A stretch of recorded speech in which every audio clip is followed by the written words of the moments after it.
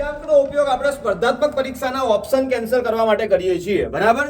ચલો તો તમને પણ સમજાવી દઉં. બીજાંક એટલે અંકોનો સરવાળો, અને અંકોનો સરવાળો તમને સ્પર્ધાત્મક પરીક્ષામાં ગમે એવડો મોટો ગુણાકાર હોય, સરવાળો હોય, ભાગાકાર હોય, બાદબાકી હોય, વર્ગ હોય, એને ઓપ્શન થી કાઢતા શીખવાડી દેશે. કઈ રીતે?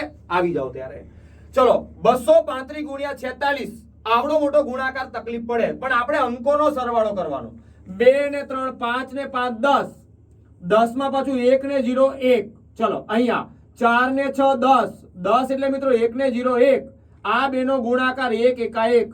તો જવાબના સરવાળામાં પણ એક જ થતો હોય ભાઈ, બરાબર? જોઈ લો, 1 ને 8 9 ને 1 10, 10 એટલે 1 ને 0 1. તો આ આપણો જવાબ કેવો કહેવાય? સાચો કહેવાય. હજુ એક આપણે કરીએ દોસ્તો. 405 ગુણ્યા 53 નો જવાબ આ થાય છે, આપણને ખબર છે, બરાબર? તો 5 ને 4 9 ગુણ્યા 5 ને 3 8.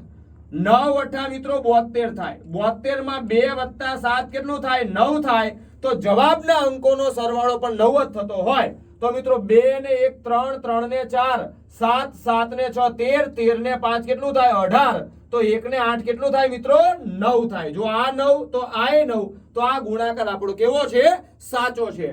તો હવે તમને સ્પર્ધાત્મક પરીક્ષામાં ઓપ્શન આપ્યા હોય કે 352 ગુણ્યા 867 કેટલા થાય, તો આના અંકોનો સરવાળો, એનો ગુણાકાર એ આમાંથી કોના અંકોના સરવાળા બરાબર થાય છે, એ જ તમારો સાચો જવાબ હોય. તો મિત્રો આનો જવાબ તમે મને કમેન્ટ બોક્સમાં જણાવજો. જય હિન્દ, જય ભારત.